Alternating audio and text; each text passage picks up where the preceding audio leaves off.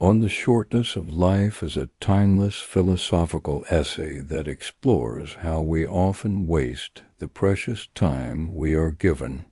Seneca, a Stoic thinker, urges readers to reflect on how much of life is spent in distraction, ambition, and busyness, leaving little for true living. He argues that life is not inherently short, but that we make it so by misusing our time. With clarity and conviction, he encouraged living deliberately, cultivating wisdom, and investing in pursuits that enrich the soul, reminding us that time is our most valuable and most fleeting resource. About the author, Lucius Annaeus Seneca, known simply as Seneca, was a Roman Stoic philosopher, statesman, playwright, and advisor to Emperor Nero in the 1st century A.D. He is one of the most influential voices in Stoic philosophy, known for his practical and ethical teachings on how to live well in the face of uncertainty and adversity. His writings, often in the form of letters or essays, offer timeless insights on resilience, self-control, mortality, and the pursuit of virtue. Despite the political turbulence of his time, Seneca's work remains a guide for those seeking clarity and purpose in a chaotic world. Long ago, in the heart of ancient Rome, there lived a thoughtful man who had watched emperors rise and fall, fortunes made and lost, and crowds chase one distraction after another. His name was Seneca, and he had come to understand something that many others missed, that life is not short, but often squandered. He began with a gentle but firm reminder. People complain that life flies by too fast, that the years slip away like sand through open fingers. But he said, this isn't because time is cruel. It's because we are careless. We spend our days chasing approval, gathering riches, or worrying about things that never truly matter. And before we know it, we look back and wonder where all the years have gone. Seneca wanted us to imagine life as a beautiful, fertile field. Some tend to it, planting seeds of wisdom, enjoying its stillness, and walking its paths with intention. Others trample through it in haste, distracted by noise, and never notice the sky changing above them or the breeze brushing the leaves. It's not that their field is smaller. It's that they never really pause to walk through it with their eyes open. He noticed how people guard their money with great care, locking it away, counting every coin, protecting it from theft. But time? They give it away fairly often to people who don't deserve it, or to things that don't reward it. They spend whole days in meetings they don't care about, in idle chatter, in restless waiting. And the great tragedy is, time is the one thing we can never earn back. Seneca looked around and saw many people living as if they were going to live forever. They filled their days with ambition and busyness, not realizing they were draining the very life they thought they were building. Some rushed from one task to the next without ever asking why. Others drowned in luxury, chasing pleasures that only distracted them from deeper emptiness. Seneca spoke often about the kinds of people who let time slip through their fingers.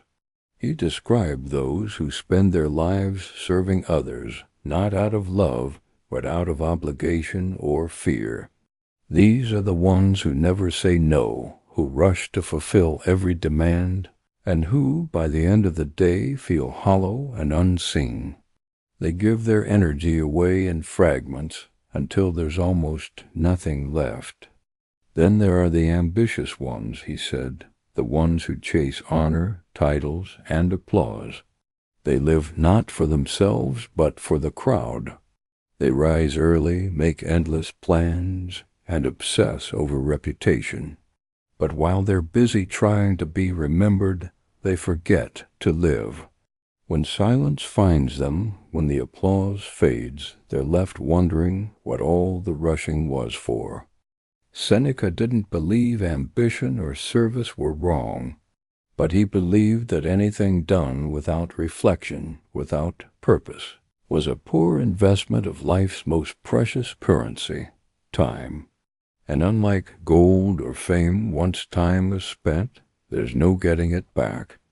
He reminded us that life is divided into three parts: what has been, what is, and what will be. Of these, only the present is truly ours. The past cannot be changed, and the future is unknown. But many people either cling to regrets or worry endlessly about what's to come. In doing so, they abandon the only moment that matters, now. He told us that people are often too busy preparing to live. They say, "I'll rest when the business is settled," or "I'll enjoy myself when the children are grown," or "I'll finally live when I retire." But that day keeps moving like a horizon they can never reach, and then suddenly time runs out. "What a shame it is," he said, "to spend your days chasing the future, and then, in your final breath, realize you never truly embraced the present." Seneca saw wisdom as the key to unlocking life's fullness. A wise person, he said, doesn't hoard their time for selfish reasons. Instead, they spend it thoughtfully. They read, reflect, and choose meaningful conversations. They don't try to do everything, but rather focus on what truly matters. Because they understand something simple, yet powerful. Living well is not about how long you live, but how deeply you inhabit each moment. Seneca believed that the key to a meaningful life was in learning how to truly own your time. And the way to do that, he said, was by turning inward, not to hide from the world, but to understand what it means to live deliberately. He pointed to the lives of philosophers, poets, and seekers, not because they were perfect, but because they learned how to spend their time wisely. These were people who didn't let themselves be swept away by fashion or politics or empty chatter. Instead, they quietly built their lives like careful architects, shaping each day into something they were proud of. They didn't waste time fearing death, because they had already embraced life. They were present, awake, and unafraid. Seneca believed that learning from the wisdom of others, especially those who had come before us, was one of the most powerful ways to stretch time. He said that when we read the words of great minds, we live alongside them. Their thoughts become part of ours. In that way, we're not just living our own short lives, but sharing in the vast experience of many lifetimes. He reminded us that nature has given us enough time, if only we learn how to use it well. A long life isn't measured in years, but in clarity, intention, and presence. Some live 90 years and feel empty. Others live 30 and are full to the brim with meaning.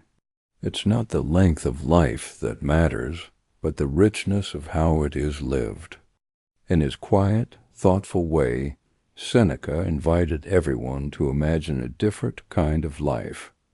One where you don't rush. One where you don't live just to please others or chase shadows. One where you protect your time like a precious flame, tending to it gently, letting it light the way. He said that the wise don't fear the end. Because they have lived fully, they are ready to let go when the time comes. They don't beg for more days, because the days they've had were enough. Not because they were long, but because they were lived well. And so his words remain not as scolding advice, but as a calm, enduring whisper through the centuries. A reminder to slow down, to wake up, and to truly live, not someday, but now. And that brings us to the end of this timeless reflection. If this story stirred something in you, maybe a little reminder to slow down, breathe deeper, and guard your time more closely, then carry that with you. Don't forget to like, subscribe, and share this with someone who might need a gentle nudge toward living more fully. Until next time, take care and live wisely.